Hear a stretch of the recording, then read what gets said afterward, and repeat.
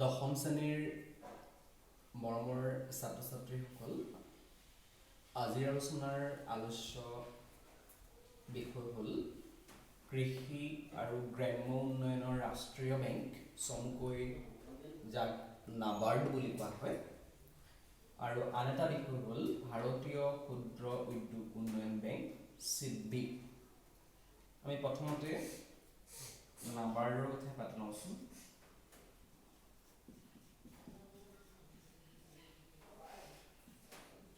নাবাৰ্ড ইয়াৰ সম্পূৰ্ণ অৰ্থ হৈছে নেশ্যনেল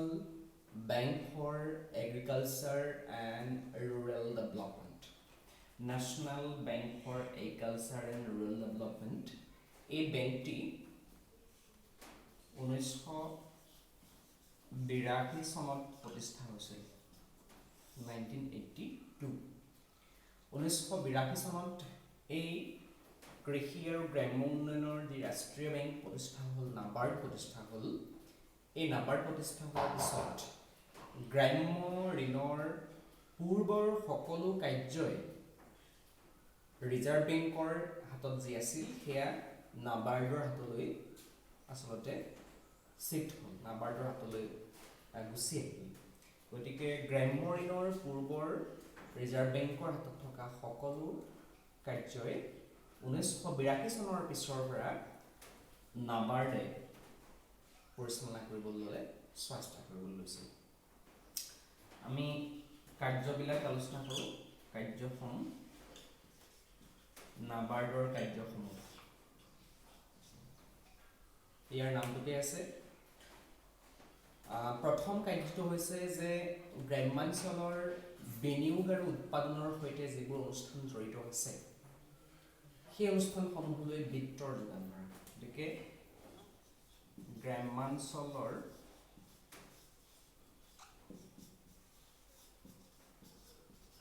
বিনিয়োগ আৰু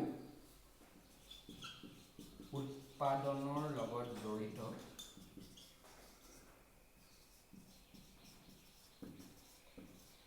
অনুষ্ঠানক বিত্ত প্ৰদান, বিত্ত মানে ধন প্ৰদান। তাৰমানে গ্ৰামাঞ্চলত যিবিলাক অনুষ্ঠানে বিনিয়োগ কাৰ্যত জড়িত, উৎপাদনমূলক কাৰ্যত, সেইবিলাক অনুষ্ঠানক বিত্ত প্ৰদান কৰে। দ্বিতীয় হৈছে সমন্বয়ৰক্ষী কাৰ্য, অৰ্থাৎ যিবোৰ বিত্তীয় অনুষ্ঠান আছে, বেংকিং হওক বা অন্য বিত্তীয় অনুষ্ঠান আছে, বিত্তীয় অনুষ্ঠান, তাৰপিছতে চৰকাৰ, ভাৰত চৰকাৰ, তাৰপিছতে ৰাজ্য চৰকাৰ, তাৰপিছত RBI ৰিজাৰ্ভ বেংক অফ ইণ্ডিয়াৰ মাজত সমন্বয় প্ৰতিষ্ঠা, সমন্বয় প্ৰতিষ্ঠা। গতিকে সমন্বয়ৰক্ষী কাৰ্য কাম পৰিচালনা কৰে বিত্তীয় অনুষ্ঠান, ভাৰত চৰকাৰ, ৰাজ্য চৰকাৰ, ৰিজাৰ্ভ বেংক আদিৰ মাজত নাবাৰ্ডে সমন্বয়ৰক্ষী কাৰ্য পৰিচালনা কৰে। আন এটা কাৰ্য হৈছে গ্ৰাম্য ঋণৰ নিৰীক্ষণ, গ্ৰাম্য ঋণ ভালকৈ পৰিচালনা হৈছে নে নাই, তাৰপিছতে প্ৰশিক্ষণ প্ৰদান, গ্ৰাম্যাঞ্চলত কৃষি আৰু গ্ৰাম্য উন্নয়নৰ লগত জড়িত বিভিন্ন প্ৰকল্পসমূহৰ প্ৰশিক্ষণ নাবাৰ্ডে আয়োজন কৰে। গতিকে এইবিলাক হৈছে নাবাৰ্ডৰ মুখ্য কাৰ্য, যিবিলাকৰ যোগেদি গ্ৰাম্যাঞ্চলৰ উন্নয়ন সাধনৰ বাবে অনুষ্ঠানটোৱে কাৰ্য পৰিচালনা কৰি আহিছে। আন এটা গুৰুত্বপূৰ্ণ অনুষ্ঠানৰ কথা পাতিবলৈ লাগে, সেইটো হৈছে SIDBI, ভাৰতীয় ক্ষুদ্ৰ উদ্যোগ উন্নয়ন bank, small industrial development bank, small industrial development bank of India. এই বেংকটো কেতিয়া প্ৰতিষ্ঠা হৈছিল? যে 1989 চনত এখন আইন গৃহীত হয় সেই আইনখনৰ নাম হৈছে SIDBI আইন আইনখন সংসদত গৃহীত হয় আৰু SIDBI আইনৰ ভিত্তিত 1990 ৰ পৰা 90 কি হয় SIDBI প্ৰতিষ্ঠা হয় 1999 চনৰ SIDBI আইনৰ ভিত্তিত 1990 চনত ভাৰতীয় ক্ষুদ্ৰ উদ্যোগ উন্নয়ন বেংক প্ৰতিষ্ঠা হয় যাৰ মুখ্য কাৰ্যালয় আছে লক্ষ্ণৌ অৱস্থিত ইয়াৰ কাৰ্যবিলাক যদি চোৱা যায় কিতাপতো আছে তোমালোকে চাবা যে ক্ষুদ্ৰ উদ্যোগৰ বাবে উন্নত প্ৰযুক্তিবিদ্যা আৰু আধুনিকীকৰণ ব্যৱস্থা কৰা ইয়াৰ গোটেই কথাটো ক্ষুদ্ৰ উদ্যোগৰ লগত জড়িত ক্ষুদ্ৰ উদ্যোগৰ বাবে উন্নত প্ৰযুক্তিবিদ্যাৰ যোগান ধৰা আৰু আধুনিক প্ৰযুক্তিবিদ্যাৰ যোগান ধৰা প্ৰযুক্তিৰ ব্যৱস্থা 1 নম্বৰ 2 নম্বৰ হ'ল যে ক্ষুদ্ৰ উদ্যোগবিলাকে যিবিলাক দ্ৰব্য সামগ্ৰী প্ৰস্তুত কৰে উৎপাদন কৰি উলিয়ায় সেই দ্ৰব্য সামগ্ৰীবিলাকৰ যদি বজাৰ নাপায় তেতিয়াহ'লে ক্ষুদ্ৰ উদ্যোগীসকল লাভান্বিত নহ'ব গতিকে ক্ষুদ্ৰ উদ্যোগৰ উৎপাদিত দ্ৰব্য সামগ্ৰীৰ বজাৰৰ ব্যৱস্থা এই SIDBI কৰি দিয়ে বিক্ৰীৰ ব্যৱস্থা কৰি দিয়ে গতিকে ক্ষুদ্ৰ উদ্যোগৰ বাবে মাৰ্কেটিং অৰ্থাৎ বজাৰৰ ব্যৱস্থা কৰি দিয়ে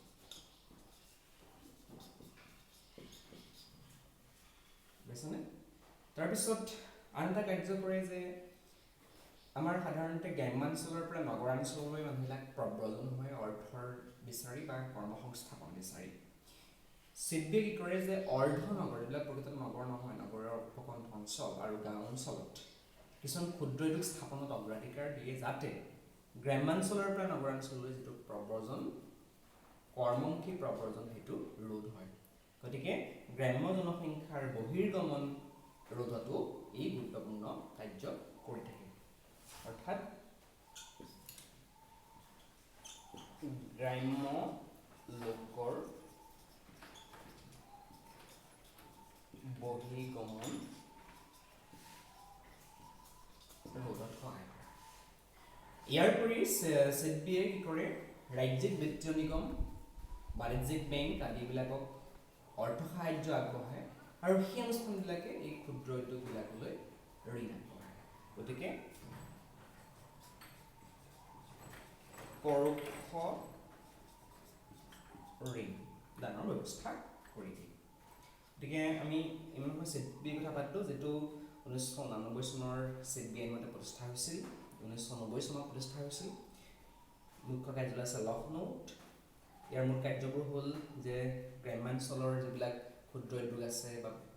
ক্ষুদ্ৰ প্ৰতিষ্ঠান আছে সেইবিলাকক প্ৰযুক্তিবিদ্যাৰ ব্যৱস্থা কৰা আধুনিকীকৰণৰ ব্যৱস্থা কৰি দিয়ে ক্ষুদ্ৰ উদ্যোগ উৎপাদিত বস্তুৰ বাবে এখন বজাৰ সৃষ্টি কৰি দিয়ে গ্ৰাম্য লোকৰ যাতে বহিৰ্গমন নগৰাঞ্চললৈ নহয় তাৰ কাৰণে কাৰ্যব্যৱস্থা গ্ৰহণ কৰা আৰু ৰাজ্যিক বিত্তীয় নিগম বাণিজ্যিক বেংক আদিক ঋণ বা সাহায্য দিয়া আৰু সেই অঞ্চলবিলাকে ক্ষুদ্ৰ উদ্যোগলৈ ঋণৰ যোগান ধৰাৰ ব্যৱস্থা কৰা এই কাৰ্যবোৰ SIDBI কৰি আছে এই আলোচনাত কেইটামান প্ৰশ্ন উত্থাপন হ'ব পাৰে প্ৰথম প্ৰশ্নটো হ'ল কৃষি আৰু গ্ৰাম্য উন্নয়ন ৰাষ্ট্ৰীয় বেংক NABARD কেতিয়া প্ৰতিষ্ঠা হৈছিল NABARDৰ সম্পূৰ্ণ অৰ্থ কি NABARDৰ প্ৰধান কাৰ্যসমূহ কি SIDBI অৰ্থাৎ ভাৰতীয় ক্ষুদ্ৰ উদ্যোগ উন্নয়ন বেংক কেতিয়া প্ৰতিষ্ঠা হৈছিল ক্ষুদ্ৰ উদ্যোগ উন্নয়ন বেংকৰ মুখ্য কাৰ্যালয় ক'ত আছে আৰু ক্ষুদ্ৰ উদ্যোগ উন্নয়ন বেংকৰ প্ৰধান কাৰ্যসমূহ কি আলোচনা কৰা আমি ইয়াৰ পৰৱৰ্তী সময়ত আন এটা শিক্ষণৰ বিষয় তোমালোকৰ মাজলৈ আহিম নিশ্চয় তোমালোকে আজিৰ আলোচনাটি পৰা উপকৃত